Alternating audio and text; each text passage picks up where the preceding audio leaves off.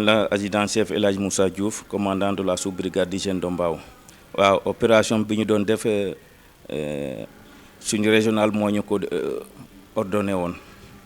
mooy le capitaine Idrissa Ndiaye le régional de la brigade d'hygiène de Dakar moo ñu waxoon pour ñu def benn opération nocturne ci boulangerie yi nga xam ne nekkuñu ci yoon ak ñiy vider seen fosse yi ci mbedd mi ak ORP yi mooy établissement yi nga xam ne dañuy jaay lekk ci guddi gi waaw de ce fait convoqué woon nañ fi 7 boulangeries yoo xam ne dañ leen jox sommation pour ñu arrêter seen activité jusqu'à nouvel ordre ba nga xam ne nouvel ordre bi mooy jusqu'à ce que ñoom ñu nekk en règle waaw sommation bi tey la commencé à partir d'aujourd'hui la ñuy arrêter toute activité ci boulangerie yi à part boulanger yi jàppoon nañ kenn ñoo xam ne dañoo fekkoon seen fosse di wal ci mbedd mi waaw ñooñu interpellé woon nañ ko ba jox ko sommation pour ñoom ñu defar waaw ERP yi mooy ñi jaay lekk yi ci guddi gi comme fast food yeeg dibiteri yeeg bar restaurant yi tàngana yi jour boobu def nañu 57 ERP mooy ci ñooñu ma la lim yoo xam ne vraiment jox indi woon nañ fii jox leen convocation ba feeloo leen montant boo xam ne mu ngi tolloo ci 882 000 francs ci amende waaw opération bi moo ñu permettre ñu saisir mburu mi yi ngeen di gis yëpp yi nga xam ne lakk nañ ko ak yi nga xam ne lakkaguñ ko parce que comme boulanger yooyu nekkuñu woon en règle moo tax ñu saisir seen matériel bi indi ko ci brigade bi waaw en plus dañ leen a fayloo alamaan mais dañ leen a sommé ñu arrêter définitivement seen activité jusqu'à nouvel ordre mooy jusqu'à ñoom ñu nekk en règle bi mooy kayit yi ci la bokk da nga war a am kayit yu mot bu wane ne yow war nga mun a exploiter mais comme ni nga ko waxee cet bi tamit ci la bokk dafa am norme yoo xam ne boulangerie def ko laaj waaw norme yooyu ci la bokk ku ci am problème it liñ la signalé nañ la ne lii ak lii da nga koy defar à part papier yi waaw opération bu am solo la parce que vraiment dañ ko def pour population protéger population bi parce que comme nekkuñu en règle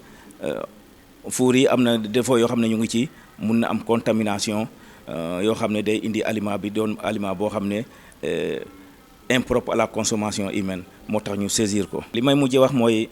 bu dee borom four yi dañ leen di ñaax ñu nekk en règle ut papier yu mot four yi tamit ñu toppatoo ko yoo xam ne du mun a indi benn gàllankoor boo xam ne dina tax aliments yi doon mburu yi ñu jox nit ñi am contamination ci wàllu population bi ñu ngi leen di ñaax it ñoom ñu jàppale ñu ci dénonciation yi parce que des fois loolu day manqué ci population bi des fois da ngay dem fenn sax di laajte duñ la jox la bonne information parce que jot na dal nañu ci benn boulanger yoo xam ne dañ fa dem ñi fa nekk à côté ñoo non ñi arrêté nañ bu yàgg fekk gars yi ñu ngi doon liggéey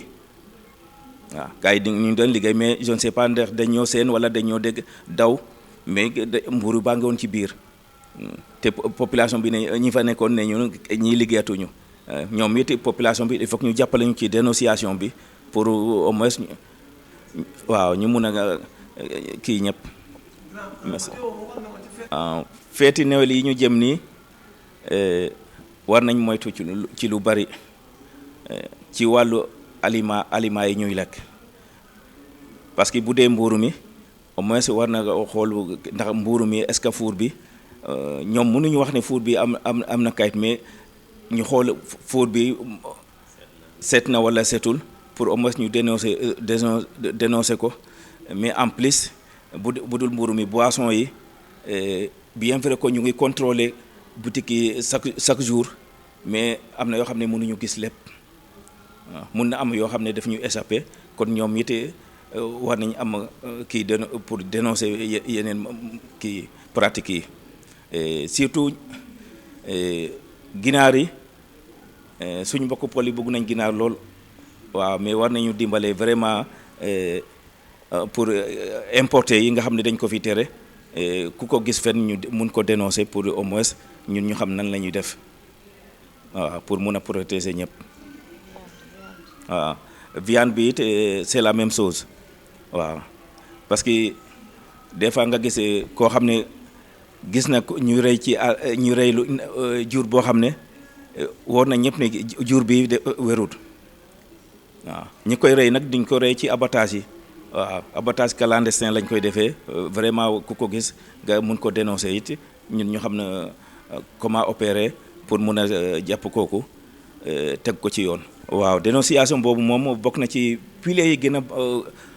tax ñu mun a aar askan bi waaw parce que vraiment avec nos maigres moyens mënuñu teew fépp mënuñu gis lépp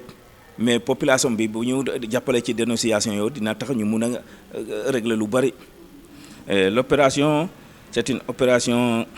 ordonnée par le chef du service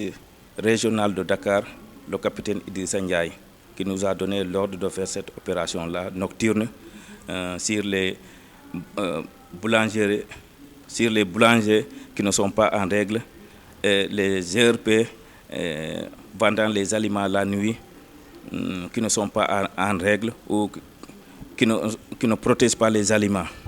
Et en plus, pour les gens qui vident leurs fosses nocturnes